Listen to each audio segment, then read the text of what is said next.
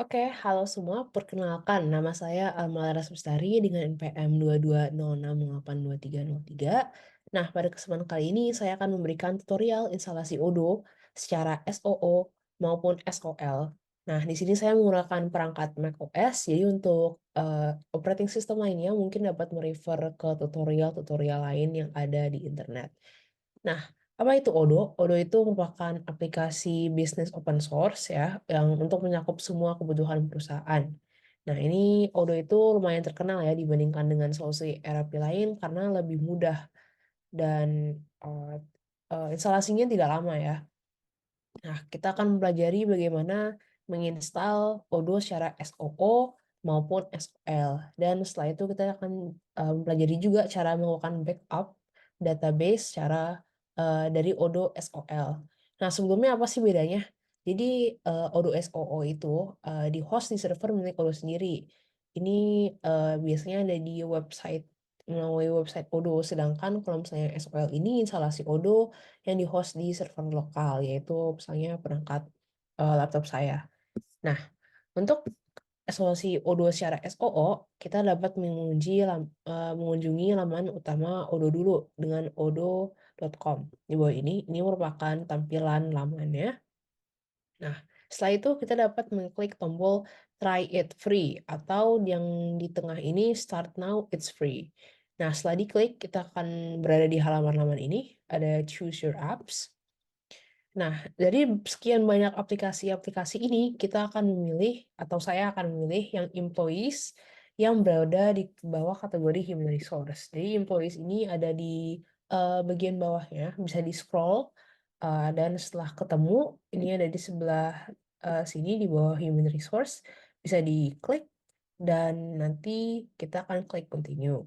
Sebenarnya ini aplikasinya bisa dipilih yang mana saja, namun untuk tutorial ini saya akan hanya memilih employees, sesuai ketentuan soal.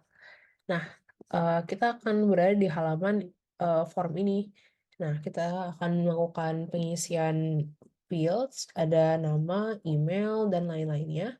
Bisa diisi saja sesuai, kebutuhan masing-masing, sesuai kredensial masing-masing.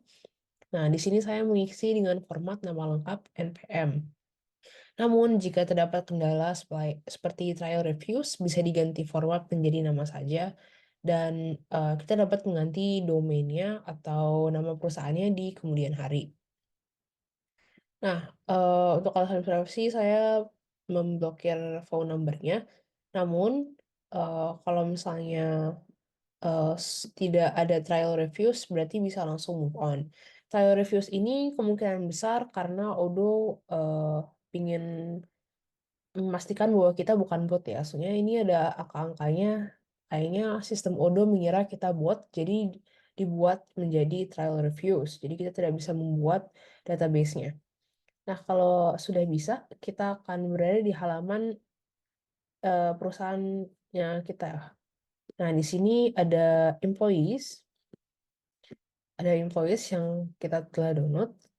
Nah, sebelum kita dapat melakukan apa-apa, kita harus melakukan aktivasi email karena ini database-nya akan hilang kalau misalnya tidak melakukan aktivasi, sehingga kita dapat membuka email yang ada pada Gmail atau inbox Gmail kita atau email provider yang digunakan.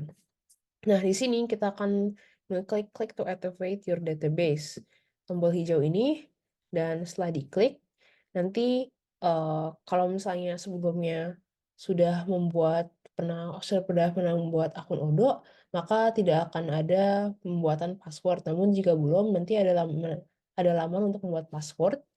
Nah, ini dapat diisi, setelah diisi, kita dapat melakukan aktivasi database. Dan ini SOO sudah berhasil, lamannya seperti ini. Nah, tapi kan ini namanya masih Alma Laras Bestari, bukan sesuai dengan ketentuan soal ya. Kita dapat mengganti nama perusahaan dan domain. Nah, bagaimana caranya? Nah, kita dapat mengklik settings, kemudian scroll settings yang ada di sini. kita dapat scroll sedikit, ada bagian companies, di sini ada Alumnus Lestari Indonesia Update Info. Nah, kita langsung klik update infonya, dan klik nama company name ini, dan untuk mengganti sesuai yang sesuai ketentuan soal. Di sini Alumnus Lestari dan NPM saya. Nah, untuk mengganti nama domainnya itu yang di atas seperti ini, alumnusbesari.odo.com, itu kan nama domainnya belum ada NPM ya. Nah, untuk mengganti nama domainnya, kita dapat mengklik ikon profile. Ikon profilnya itu yang ada di sebelah sini. Klik ikon profile, terus kita klik My Databases. Setelah itu akan muncul database-database yang kita punya. Kita akan mengklik gear icon, dan nanti ada drop down. Terus kita klik rename untuk mengubah nama database dan domain. Nah, sekarang kita sudah mempunyai database dan nama perusahaan yang sesuai dengan ketentuan soal, yaitu Alumnus Lestari 2206082323. Nah, bagaimana kita menginstalasi Odoo secara SOL? Selain menginstalasi secara SO, kita dapat menginstalasi secara SOL. Nah, karena saya menggunakan macOS, ini tutorialnya berlaku ke sistem operasi yang sama. Pertama, kita akan mengunduh Docker dan Postgre. Sebelumnya saya sudah mengunduh Docker dan Postgre untuk keperluan mata kuliah lainnya, sehingga saya tidak perlu mendownload ulang. Jadi ini merupakan screenshot bukti saja kalau misalnya saya sudah pernah mengunduh Docker atau PostgreSQL. Jika belum pernah, Anda dapat mengklik link atau Google Docker atau PostgreSQL dan download sesuai sistem operasi yang digunakan. Nah, setelah download Docker dan Postgre, kita akan membuat folder baru di terminal. Nah, di sini saya akan menjalankan perintah command berikut, mcdir project sama nama foldernya, di cd untuk masuk ke project tersebut, terus kita membuat docker compose YAML, dan kita akan membuat direktur direct hmm, kita akan membuat folder config dan touch config dan add-onnya, dan seperti ini saya dijalankan. Ini contoh komennya pada terminalnya. Di sini saya menamakannya Odoo dengan NPM saya sesuai dari ketentuan soal. Dan ini kurang lebih jika dilihat pada Finder ya. Kurang lebih seperti itu. Nah, selanjutnya kita akan membuka folder Odoo yang kita buat dengan text editor Visual Studio Code. Ini pilihan saya, tapi text editor lain seharusnya juga bisa. Saya langsung buka folder agar bisa mengakses file-file yang lainnya. Nah, di sini di file odoo saya memasuki kode ini. Ini bisa options, admin password, XML support, db host, db user, password, db port.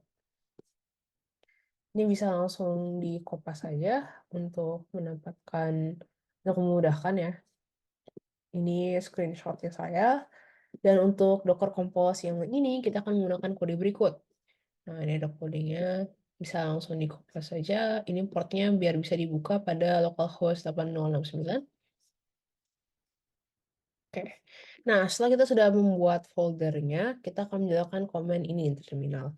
Docker compose up.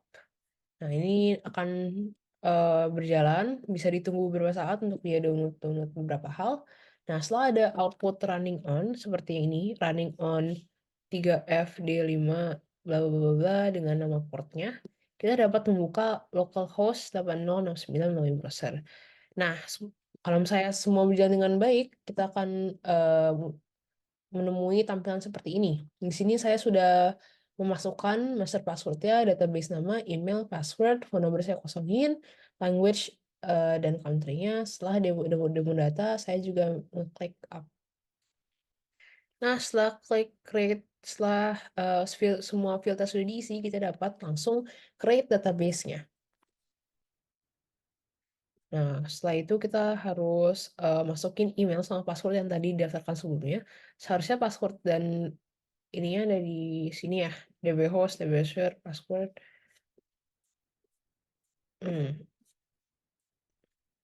Oh, enggak, ini pendaftaran duluan.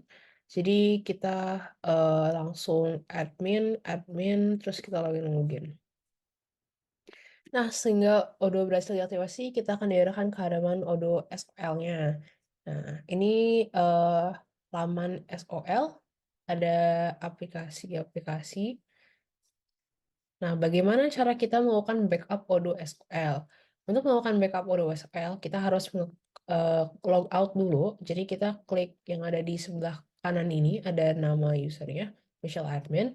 Kita dapat klik, terus ada drop down tulisannya logout, kita dapat klik drop down tersebut. Nah, pada halaman login ini, yang sebelumnya tadi kita jumpai, kita dapat mengklik Manage Database. Langsung klik aja Manage Database-nya, dan setelah itu ada list database-database yang kita miliki. Nah, kita akan memilih database yang sebelumnya sudah dibuat dengan setelah itu kita identifikasi yang telah dibuat dan klik backup. Nanti akan muncul pop-up. Nah, pop-up ini ada master password-nya, master password tadi admin. Kemudian kita akan memilih file yang dibutuhkan. Di sini saya mendownload sebagai zip, tapi ada opsi lain. Silakan sesuaikan sesuai kebutuhan. Dan kita akan klik backup. Nah, database ini secara otomatis akan disimpan dalam perangkat lokal kita. Biasanya ada di downloads ya. Oke, sekian dari tutorial saya, kurang lebihnya mohon maaf, semoga tutorial ini bermanfaat untuk semua. Terima kasih dan sampai jumpa di tutorial berikutnya.